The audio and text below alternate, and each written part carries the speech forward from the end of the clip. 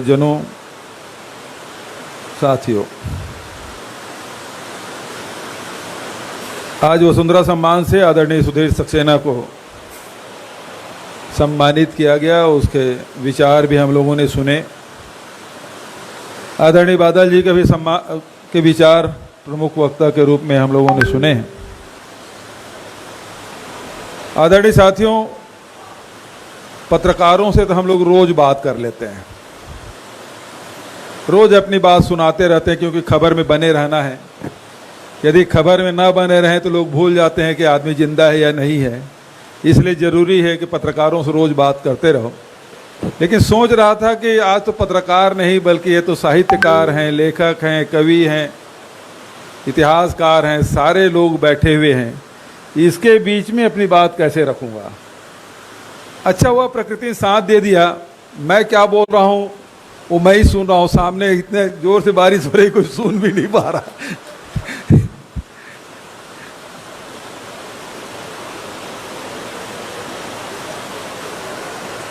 आदरणीय साथियों, जिस प्रकार से सक्सेना जी ने अपने विचार व्यक्त किए, गांधी जी को भी स्मरण किया, चौबे जी को भी स्मरण किया, छत्तीसगढ़ को स्मरण किया, छत्तीसगढ़ से जुड़े हुए अपने संस्मरण और अपनी शादी की भी बात उन्होंने कही। और प्रदीप चौबे जी जब सम्मान करने आए थे तो धीरे से उन्होंने कहा था, पुरुषोत्तम कौशिक जी आपकी शादी के गवाह बने थे। सुनाई नहीं दे रहा है ना? हाँ, इसीलिए अच्छा है।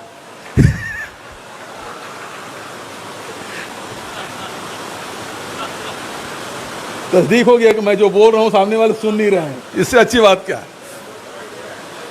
इधर सुनाई नहीं दे रहा है। देखिए,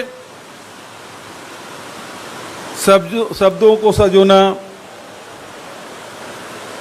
एक कठिन विधा है। उसमें भावना के विचार डालना उससे भी कठिन है। लेकिन समाज में जो दिखावटीपन है, बनावटीपन है, वो हमारे छत्तीसगढ़ में नहीं है। हमारे यहाँ सहजता है, सरलता है, विनम्रता है, प्रेम है, भाईचारा है। और ये सहजता, सरलता, सहज होना, सरल होना इतना आसान नहीं है जितना कि लोग समझते हैं। कबीर जी ने भी सरलता की बात कही, गुरु घासीदास जी ने सरलता की बात कही, गांधी जी ने सरलता की बात कही। और सरलता पूर्वक यदि जीवन जिया है तो कीर्तिशेष देवी प्रसाद चौबे ने। तो सहज और सरल होना आसान नहीं है। और यही कारण है कि हम लोगों को, छत्तीसगढ़ियों को बहुत भोला समझते हैं।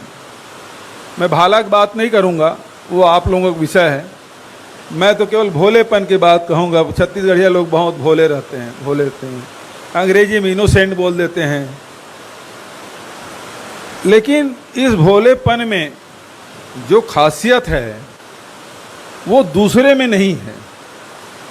क्योंकि आप कितना भी आगे बढ़ जाएं, कितना भी बड़ा हो जाएं, लेकिन ये छत्तीसगढ़ का भोलापन है जो एक बार छत्तीसगढ़ आया तो छत्तीसगढ़ का हो जाता है। तो भोलापन में खासियत है कि आपको जोड़ लेता है, फिर छोड़ता नहीं। भले वो जुड़ने के बाद जो छत्तीसगढ़ियों खो जाए वो अलग बात है। लेकिन छत्तीसगढ़ की यही खासियत, बहुत सारे हम लोगों ने साथियों को देखा, अधिकारियों को देखा, व्यवसायियों को देखा, साहित्यकारों को देखा, पत्रकारों को देखा, यही काम करते करते फिर यहीं बस जाते हैं। फिर यहाँ से बाहर जाने की सोचते नहीं, अपने घर जाने की बात नहीं सोचते। ये ज़्यादा अच्छा लगता है।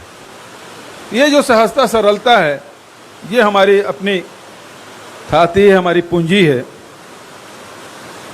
एक बात, अभी जब भक्तों की बात हो रही थी तो आजकल भक्त की परिभाषा बदल गया। समय समय में शब्दों की परिभाषा बदल जाती है। वेद के समय जो यज्ञ का अर्थ था कृष्ण के समय यज्ञ का अर्थ और बदल गया। उसी प्रकार से कबीर तुलसी दादू के समय जो भक्त की परिभाषा थी, आज योगी मोदी युग में भक्त की परिभाषा बदल गई है।